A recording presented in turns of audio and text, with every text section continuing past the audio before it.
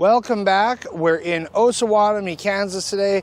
I'm Oliver Tanner. This is Tanner Style, and today we are going to make something really special. We got a big announcement at the end, so stick around until the end of the video. Let's get cooking.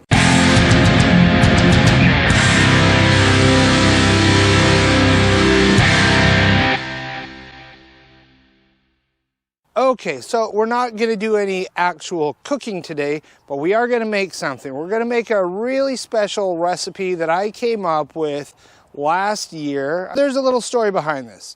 I was enrolled in the Masters in Counseling program at Mid-American Nazarene University in Olathe, Kansas, and we were sitting in class one day and we were discussing pharmaceuticals and things like that, and how different pharmaceuticals or other, not everything that is FDA approved is a pharmaceutical.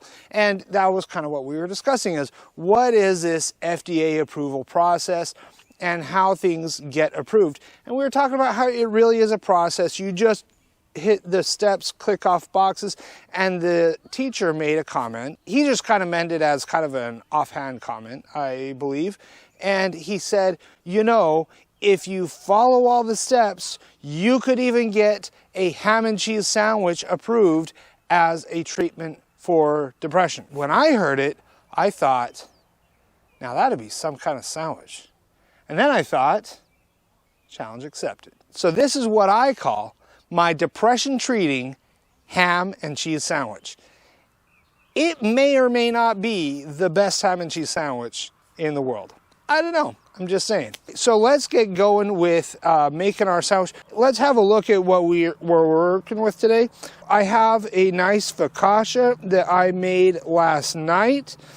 Now, a word on focaccia, you'll see how thick this is, right? In Italy, where focaccia comes from, they generally make focaccia really thin. It's not necessarily meant for sandwiches, and it's not always even considered to be bread. Focaccia is kind of its own thing. People generally eat it alone. Maybe they might put something on top of it when they eat it, but if somebody's going to go and buy focaccia from a bakery, they're generally going to buy like a big old piece of focaccia and just chew on it. And here in America, focaccia is often done very differently. Focaccia is made much thicker here in America because people like to cut their focaccia in half and make a sandwich out of it. I like making sandwiches out of focaccia as well. I make my focaccia thick enough to cut for a sandwich, but many times American bakeries will actually make focaccia quite a bit thicker than this. So if you're making focaccia at home, if you want to make Italian style, so the size pan that we're working with here, we're working with a half sheet pan. We're putting in anywhere from like 800 grams to 1 kilogram of dough in the pan, and then stretched out to fill everything. That's for an Italian style focaccia. For an American style, generally most people would probably put in about 1,800 grams, so 1.8 kilograms up to 2 kilograms, and that would make a nice thick focaccia. Plenty of meat in there for cutting in half, putting things in there, making a sandwich. I feel like it's a little bit too thick usually, and so I do my American style focaccia at about 1.5 kilograms, 1,500 grams. That I feel like gives me enough there to make a good sandwich out of, but not so much that I'm just getting a big mouthful of bread with like a little bit of something else on there. So that's how I do it. You can do it however you want to do it. So for the meat, we have some prosciutto, and then we have some capicola. Okay, and I believe this is a hot capicola, and we're going to use both of those meats, both pork products, and both delicious. For the cheese, we are going to use brie. Brie has a nice, smooth, creamy texture. But not only are we going to add the brie, we're also going to make a very special spread out of goat cheese. And that's the first thing we're going to do today. Okay, so first thing that we're going to do is we are just going to take a whole 8-ounce log of goat cheese. And then to that, we're going to take a little bit of garlic that we have previously roasted. Okay, so we're going to put in maybe a couple cloves of roasted garlic. And you know, this is kind of done to taste. And then we're going to throw in some anchovies. The anchovies are going to give it some saltiness. They're going to add a lot of flavor in there. We'll probably start out, so usually I've actually used anchovy paste at home, but you can use either anchovy paste or anchovies. So for this much, let's start out with just a couple of anchovies. And then the final ingredient is we're going to want to put in some honey. Okay, honey, anchovies, garlic, and some goat cheese. All right, so let's blend that up and then we'll give it a try. All right, so one of the things, so we're looking for a couple of things here. Okay, we're looking for, we're gonna try it, okay, and we're gonna get an idea for the flavor, but we're also looking for a texture. This is looking a little bit thicker than we want. We want something that's a little bit thinner than that and is going to be very easily spreadable. So let's just give this a try. I'm getting the goat cheese, definitely. I'm tasting the garlic. I don't want the garlic to be overpowering this. I just want it to be there, okay? So I got the goat cheese, I've got the garlic. We don't want this to taste overly like goat cheese when we're done either. The anchovy, I'm not really getting so much of the saltiness, so we're gonna add a little bit more anchovy and we're gonna add more honey. When we're trying to thin it out, that honey is gonna be the main thing that thins it out. Just add one more anchovy, add some more honey. Okay, so I think that this is actually looking just about right. So just so everybody knows, we are washing this spoon every time that I use it. Okay, so I'm definitely getting that anchovy coming through. Now we're getting some of the saltiness from the anchovy. We're getting some of the flavor, but this is not fishy. Okay, and that's kind of one of the concerns that people have with things like anchovies and sardines sometimes is they don't want something to become fishy, right? And the anchovy is not making this fishy at all.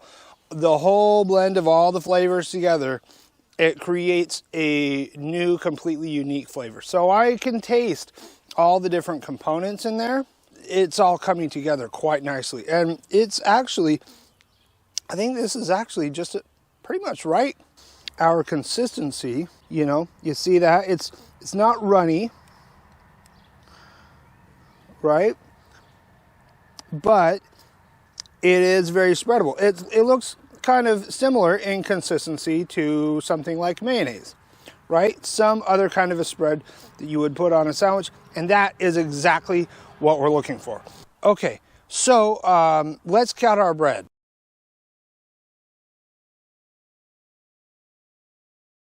Our spread, right? So we want to get a fair amount on there. Oh man, I can feel my depression getting better already. Next thing we're going to throw on some meat of our prosciutto. Let's go ahead and pile on our capicola, our brie. All right. I think that looks pretty good right there. Add just a little bit of some arugula on top. And arugula has a really nice herbal, peppery kind of a flavor to it.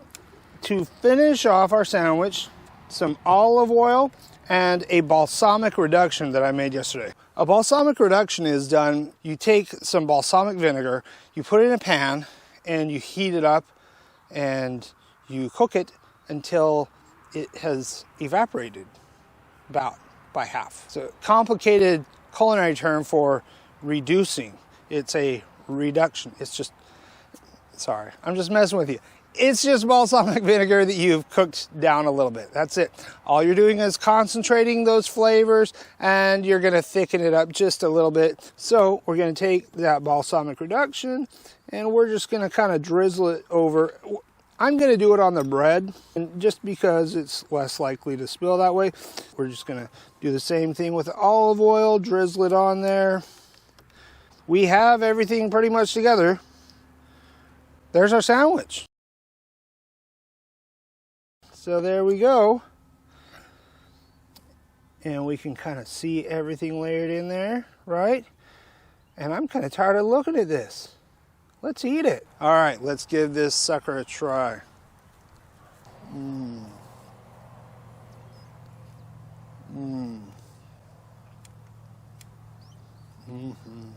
Oh, man.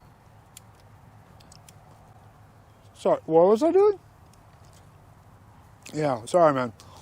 I just zoned out there because this is like so good. Yeah, I don't care how bad a day you're having. You eat one of these, your day is going to get better. I am not saying that you should eat away all of your problems. I'm not telling anybody to be unhealthy and be stupid and, you know, go and shove your face just because you feel bad or anything like that. Okay? But there is nothing wrong with a depression treating ham and cheese sandwich every once in a while. And this puppy will brighten your day. Tell you one thing, you get less side effects from this than you will from some other things. Go ahead, try this out. I've shown you how I make it. Go ahead, give it a try. Let me know, especially if you do give it a try, let me know what you think. Tell me, is this actually the best ham and cheese sandwich in the world? So let me know in the comments.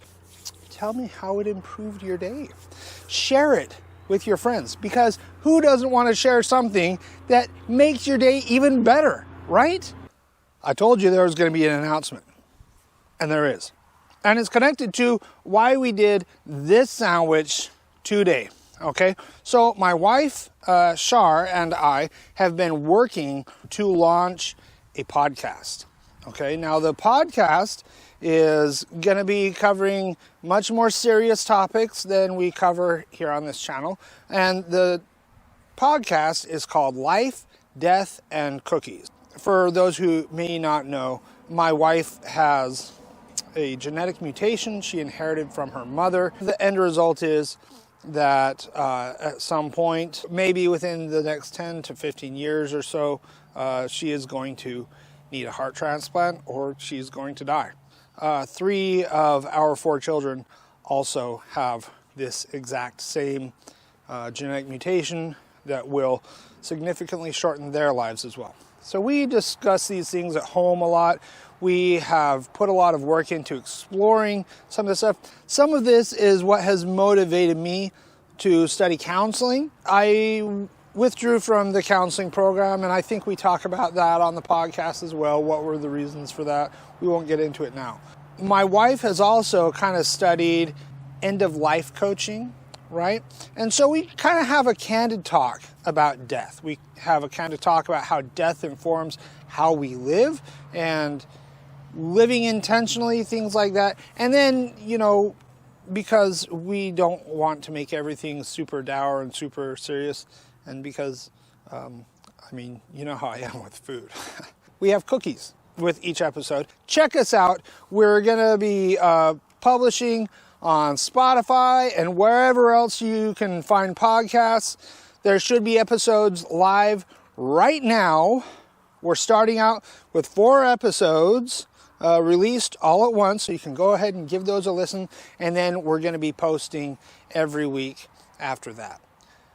Anyway, we would really appreciate it if you could give us a listen, and we hope that we can add something of value that can help you in your life. We want to start a big conversation about dying. It's super fun, and yeah, we're going to try to make it fun as well. Okay, it's not all going to be like dour and depressing, but if you are feeling a little bit down when listening or any time at all, go ahead and make yourself a depression-treating ham and cheese sandwich, and you'll probably feel better. Thank you for watching all the way to the end, and hopefully we'll see you on the podcast and back here for the next video here on Tanner Style. All right, see you in the next one, guys.